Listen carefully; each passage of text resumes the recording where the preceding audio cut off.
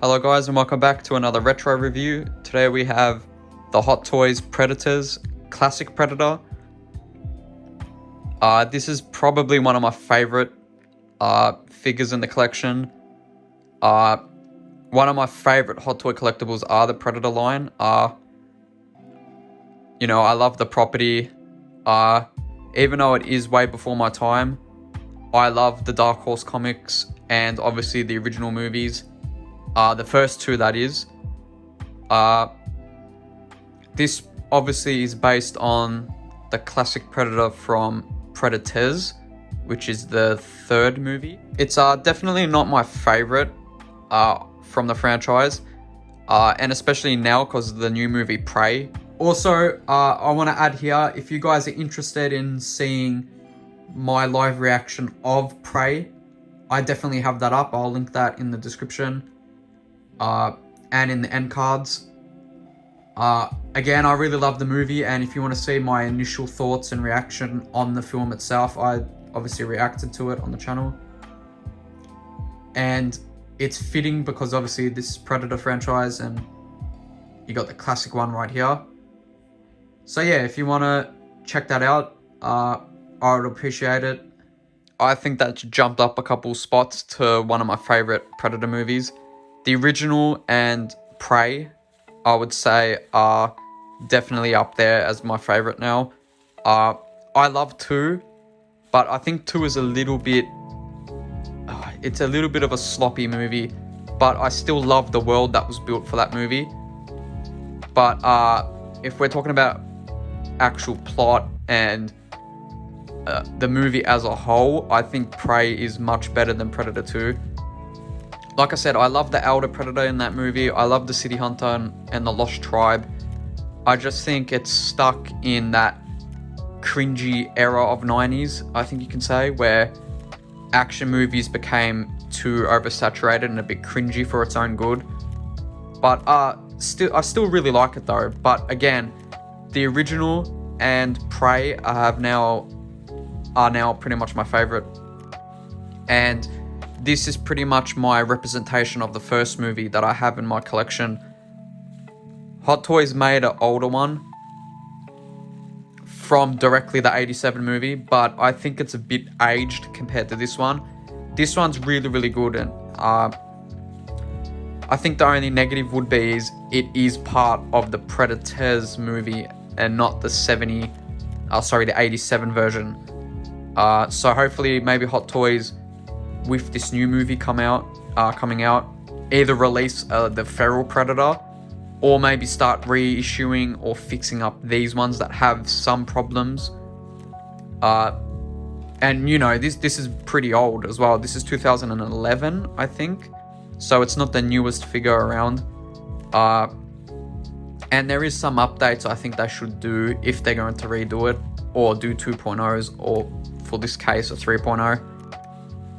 But yeah, what I'm going to do now is I'm going to take him off the turntable. I'm going to zoom in to the Head-Sculpt because I have done a couple of mods. Well, not a couple. I've done one big mod. Well, it's not big, but it's stand out. And for people that own this version of the Jungle Hunter would know, I think you would see mine's different compared to its stock version. So yeah, what I'm going to do is I'm going to zoom in and get into the details and get to the accuracy. So I'll let him spin around one more time and we'll get into that.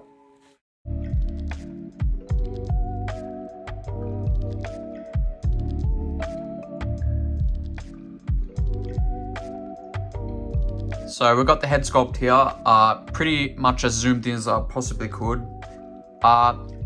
And for people, again, that have this version would have noticed that the dreadlock beads are painted that gold, oxidized gold.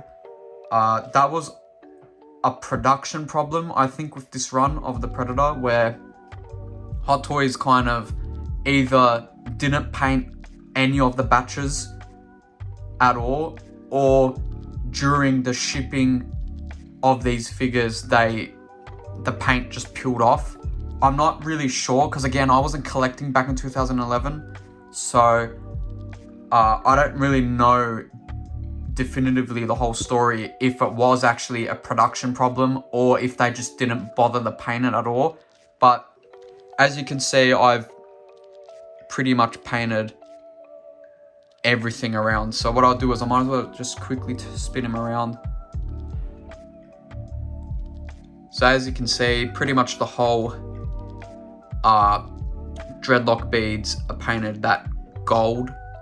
What I actually used was just an acrylic yellow, and I mixed a bit of black and watered that down, because if you look at the behind the scene pictures of the Jungle Hunter, it's not stark gold, it's not pristine gold, it's very oxidized, it's almost like a dirty yellow color, which pretty much is represented here. But yeah, I think that was one of the main issues with this Predator. And it's odd that I think it's only this one that suffered it, because I've got the City Hunter, obviously the Elder Greyback from Predator 2, Wolf, and that's it so far. And neither of them have the problem with the coloring in the dreadlocks going away. They've actually held up pretty well. I would say out of all the Hot Toys around this era, I think the Predator ones have held up from its age. You know, I've got, for example, the Jack Nicholson Joker, I got the Wesley Snipes Blade, Brandon Lee the Crow. Although they're great figures, but I don't think body-wise they've held up the best. But the Predator ones are pretty much flawless for the most part, aside for this one here, again with this dreadlock issue. And yes, this is based on Predators, but I think even in that movie he had the gold beads and it wasn't blank like this one. So what I'm going to do now is I'm going to show the I actually might as well show the original promo photos for this, and I want to see if they had the colored dreadlocks in it. So I'll quickly pop those up just to see if they even had that with the pre-order listing back in 2011, 12, whenever this was released. And obviously you guys will see now pretty much if they did have that painted or not. And I think that was a massive issue with this one. What else I'm also going to do is I might as well throw some movie comparisons as well, photos from behind the scenes, and probably just talk about this movie as a whole. What is interesting is that this is pretty much what we see here. The Jungle Hunter is pretty much like the third version of this Predator. There was two versions previously before this final look here. We had the first one, which was completely different in design compared to the other two after that one. Van Damme was supposed to be the stunt actor behind or inside the suit. And it's a very weird skeleton looking creature. And I think they actually done CGI work. I'm pretty sure they did. I think they actually had Van Damme in a couple of test recordings and test screenings in the suit doing stunts. And something happened where they completely changed it to the next design, which I'll show up now, which for Predator 2 fans, this is one of the Predators that pop up at the end of that movie. So they kept the same biomask and recycled it basically for the next movie. Also, what's interesting is the Elder Predator is actually this what we see here.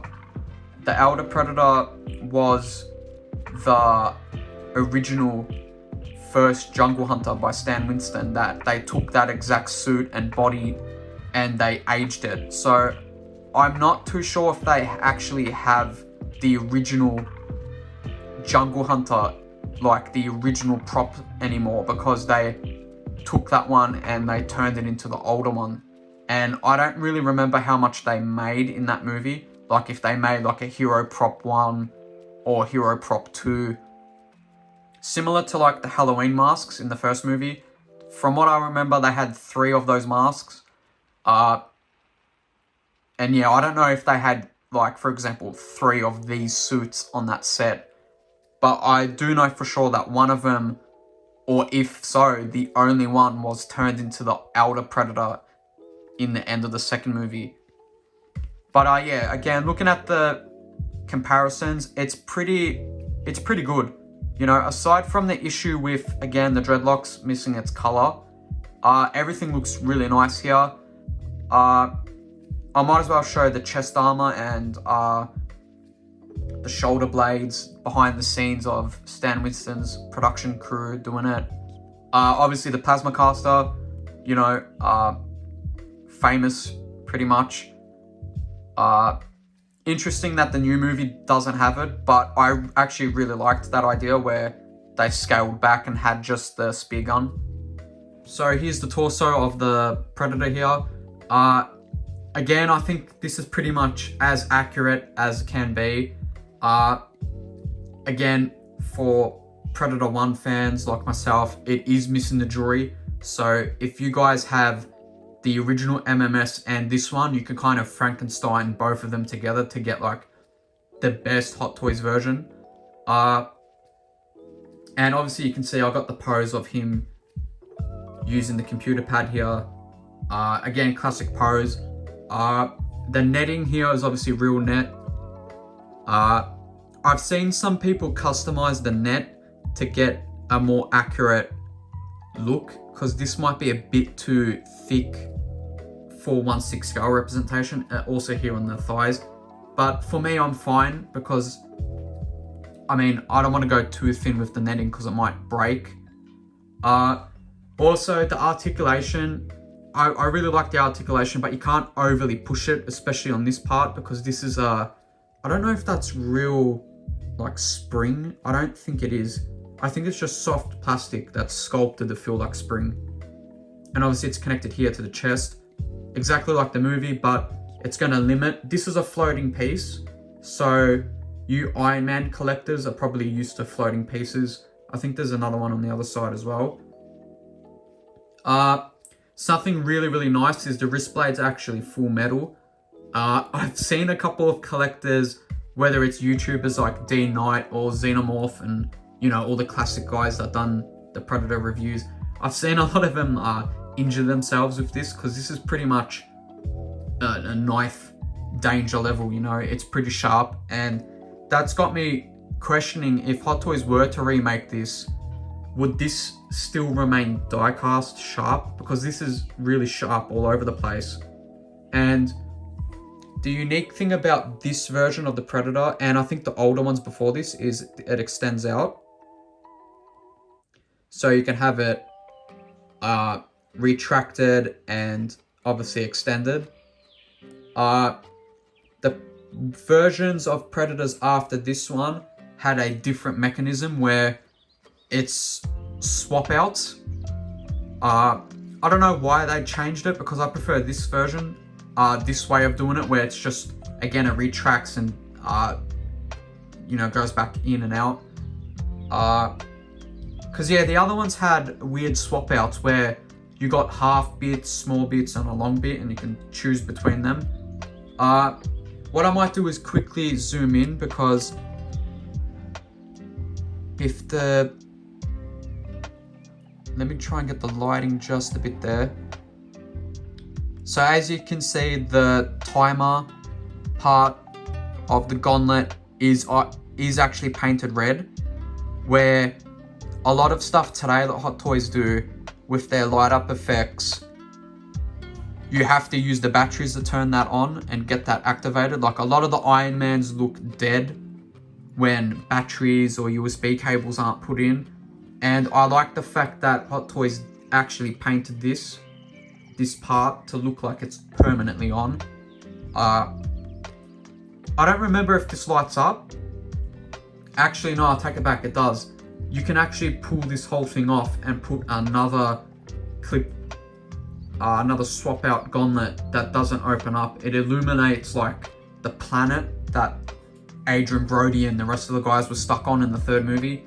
And I'll show the pictures up on that. It's basically like those shitty holograms that the Hot Toy Star Wars figures get, and it's a swap out to that, and I think that's a light switch out. Again, I've boxed that up, so you know, I'm not gonna, you know, crawl up on the roof and get it. But yeah, there is a couple of light up effects on this. Obviously, like I said, the gauntlet, and if I just pan quickly up, the biomask, there's actually two biomasks. There's this one that is representing the 1987 version, and then there's the one that is accurate to the Predators movie, where I think it's this portion of the face is damaged and it's like halved and cracked, which is also why I kind of question. It's like they gave a swap out to the biomask that's accurate to the 87 version, but then they didn't give us the swap out jewelry to also match the accuracy from the 87 movie. So that's why I kind of don't understand why they did that. But obviously the biomask has a light up effect, and again, I don't like light up effects, so I've never used it. I don't even know if it works on this anymore, or if the wires are completely burnt out just because of its age. But I never used the light up effects on this, or on pretty much any figure, to be honest. But yeah, it's got a couple of light up gimmicks, which again is probably a bit outdated now, especially with Hot Toys doing their USB stuff. And also, what I really like about this figure is this is not pleather material, neither is the belt. It's all sculpted plastic. This is like a felt. It's a fabric felt, which I really like. Wolf, the Wolf Predator from AVP Requiem, the 2.0, didn't actually have a fabric material. It had plastic, a pretty hard plastic for the cod piece here, which personally I like both the way Hot Toys did it with this, the fabric and the plastic, because something like the Elder Predator has that crappy pleather material. Granted, it hasn't rotted on that, but if it does, I might be in trouble and have to, you know, part out and try and find parts that aren't that material, basically, on maybe eBay or any other place, Monkey Depot, hopefully, maybe if they still got this available, some parts. But yeah, overall, again, the body's pretty accurate. I'll throw up more reference pictures of the body and the armoring. And for people that don't know, the body coloring itself is supposed to be represented a rotting banana. Stan Winston, again, the designer of this, wanted a rot banana look for this creature. And it was actually James Cameron's idea to add the mandibles on this character too, back when they were doing the Terminator movies. And I think maybe Aliens. I'm pretty sure it was the Terminator movies though, because them two worked on the Terminator movies. James Cameron saw early concept art from this and, you know, added advice to maybe put mandibles like a bug, and that's pretty much what he did. So what I'm going to do now is I'm going to pan down to the base and show the details there. I might also talk about an issue with some of the actual Predator figures regarding the base and stands. Also, I might as well just show one of the accessories I do have that's not still kept in the box, which is the exclusive version for this Predator. So I might as well do that now. So this is the bottom half of the figure here, and we've obviously got the display base, which is really nice diorama. I think they've reused a couple of components from this base. But yeah, overall I really like it. I think the main issue I have is the actual dimensions, where he's so heavy of a figure. Like all the Predator figures are pretty heavy when it comes to the plastic that Hot Toys used. I think out of all the plastic figures, I think the Predators are the heaviest out of them all. Obviously we got the Iron Man die casts and, you know, the Robocops and all that are much heavier than these, but these ones, in regards of just plastic only sculpted, I think these are the heaviest ones. And the crotch grabber doesn't really do a good job with these, and I'm pretty scared of articulating these and trying to push them to the limits for two reasons. One, all the Predator figures are pretty much bricks. Like, they're very, very hard to maneuver and articulate. That's why I've kind of just done it in a character pose. You know, he's touching the gauntlet, he's setting up his shit there, and that's it. They're just very, very hard joints to move, which is a positive because, again, this was made in 2011 and it's still very, very brick-like, where I doubt this will ever get floppy if it hasn't gotten loose joints now. I don't think it ever will. But saying that, because it's such a heavy brick of a figure, this crotch grabber is not compatible for it. Like, it's not really holding onto it. It's kind of just resting. The figure's just resting on it. It's not actually gripping onto it. And the actual stick and pole here doesn't really connect in and position well. Again, that might be just mine, but I have seen various other reviewers, including, like, again, D Knight and Xenomorph. They kind of had the same problem where it's not the most stable base. I think if this was a bit wider, the actual dirt part was wider to actually have the legs more stable, because again, if you look at it, half of his foot here is hanging off the base. Like, you can see there, it's pretty much half of it's off, and you got a little bit hanging out here. So that's a bit of a worry, especially for the Predator figures. And it's not just this one. The newest one they released was the Wolf 2.0, technically 3.0. That's got a much wider base, but again, the crotch grabber just doesn't work for it. It's too heavy of a figure. And the other two Predator figures I have are even worse off, because they got the old school oval bases, which is the Predator 2 figures I have. They got the oval bases, and that's even more unstable than these ones. So displaying these guys it's pretty scary, because again, they're so heavy. These stands just don't hold them. And if Hot Toys were to make, let's say, they do make the Feral Predator, or even if they dive in and redo these ones again, I would want a more stable base, because again, I'm scared to do anything with this, because again, they're just a brick of a figure. They're very, very heavy, considering they're all plastic. So what I'll do here is I'll grab the exclusive part, and this is the exclusive item that comes with this version of the Predator, which is the actual skull of the Predator, which is really, really nice. I really like it. The bone, it looks like a skull. It's really nice. It's got that really decayed look. It's really nice to see what the skull looks like, obviously, under the flesh and all the dreadlocks. Obviously, I really like that you got the basically little hairlines, I guess you can say, where the dreads attach to or grow out of. It's pretty much unknown what they are, if they are actual hair or just appendages that come out. I'm pretty sure because it's an alien, it would just be appendages. Obviously, you got the teeth here. The teeth, again, this is all plastic, but their teeth are pretty sharp for sculpted plastic. But yeah, it looks really, really nice.